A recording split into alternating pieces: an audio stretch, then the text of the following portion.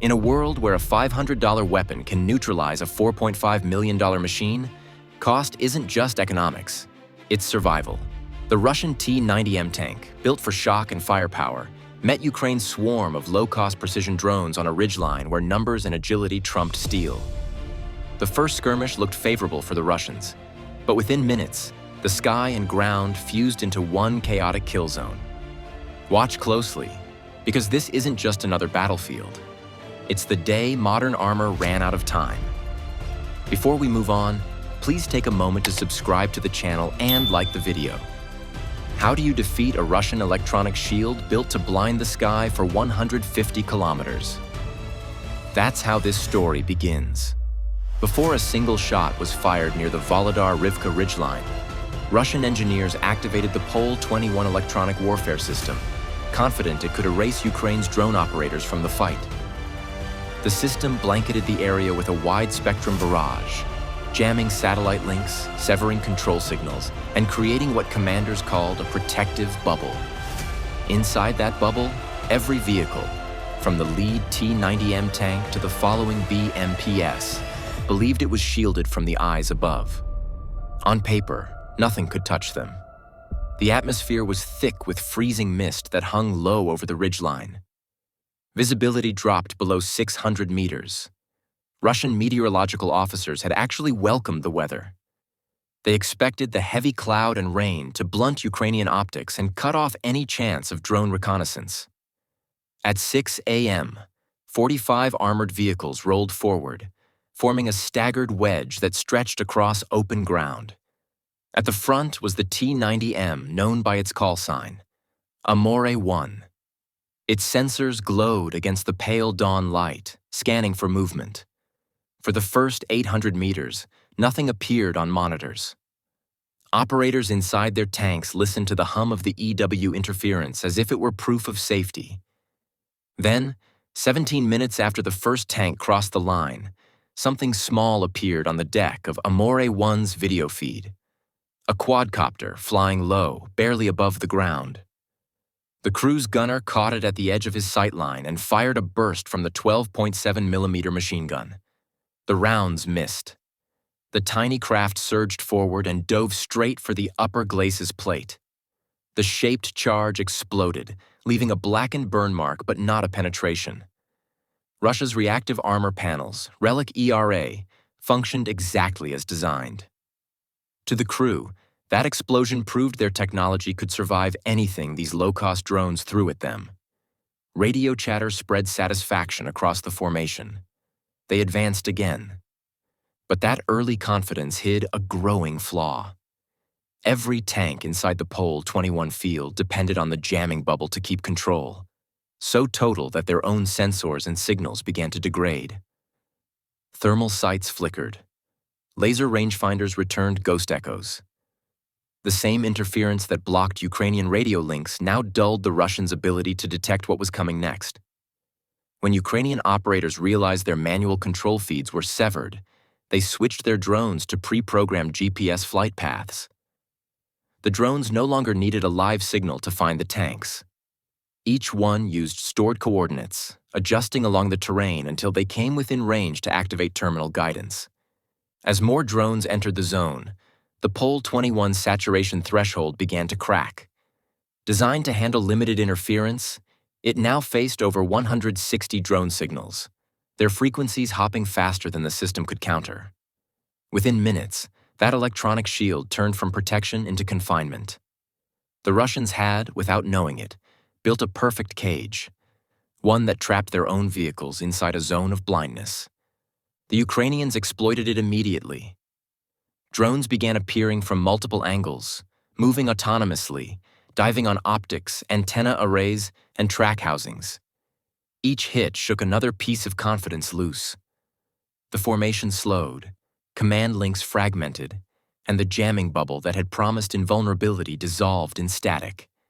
After only 5 minutes of sustained swarm contact, the Pol-21 system collapsed.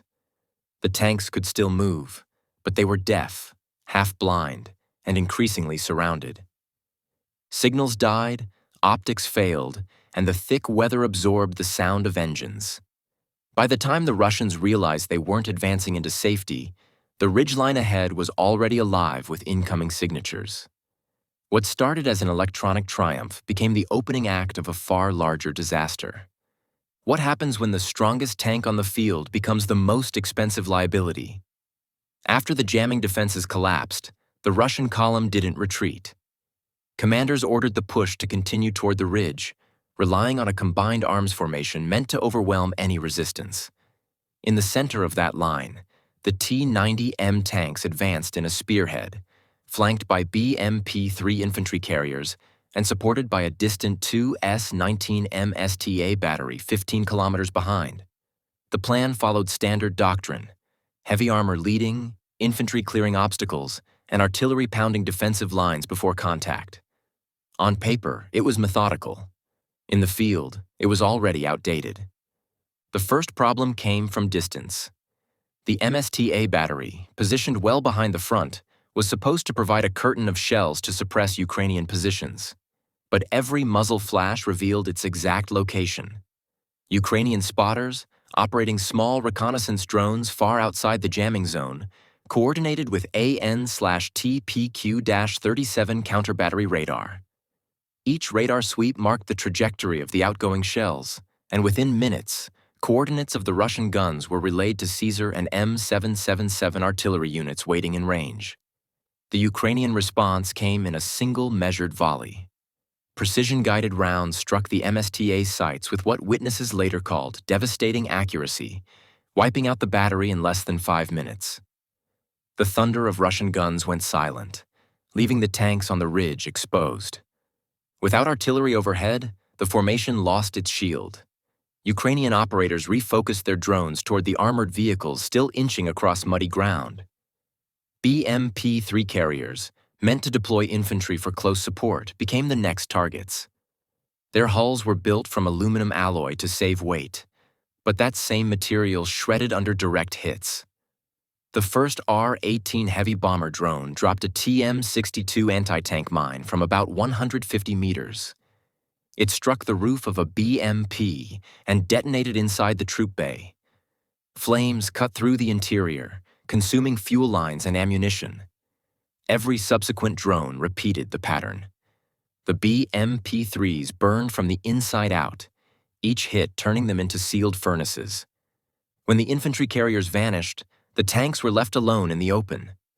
Commanders tried to maintain radio contact, but static filled every channel. The few surviving BMPs attempted to flank, only to be hit by another series of top attack drones. Ukrainian FPVs circled back, diving on the rear decks and ripping off vision blocks, antennas, and sensors. The T-90Ms could still fire their main guns, but they were firing blind. One shell after another landed short or disappeared into smoke. Then a crippled tank at the head of the column stalled, blocking the narrow passage. Engines roared as others tried to maneuver around it, but the mud and craters trapped them in place. At that moment, drone operators shifted from single strikes to organized hunts. 6, sometimes 8 drones were assigned per tank. The first pair targeted active protection sensors, forcing them to trigger prematurely. The next wave hit reactive armor panels and knocked them loose. Once the outer layers broke away, follow-on drones went for the vulnerable spots, the optics ports, hinge gaps, and hatches. Each impact stripped away another piece of defense. Crews inside the steel hulls heard the metallic thuds growing closer, one after another, until the upper armor finally gave way. Several drones then attacked from the rear, diving toward the thinner roof above the engine deck. One struck the turret bustle, piercing directly into the ammunition storage area. The propellant inside erupted in a deflagration that filled the sealed compartment with pressure so intense it tore the turret loose. The 12-ton assembly lifted clear off the hull and flipped onto the side of the road. More tanks followed the same pattern, one after another, as the autonomous assault closed in.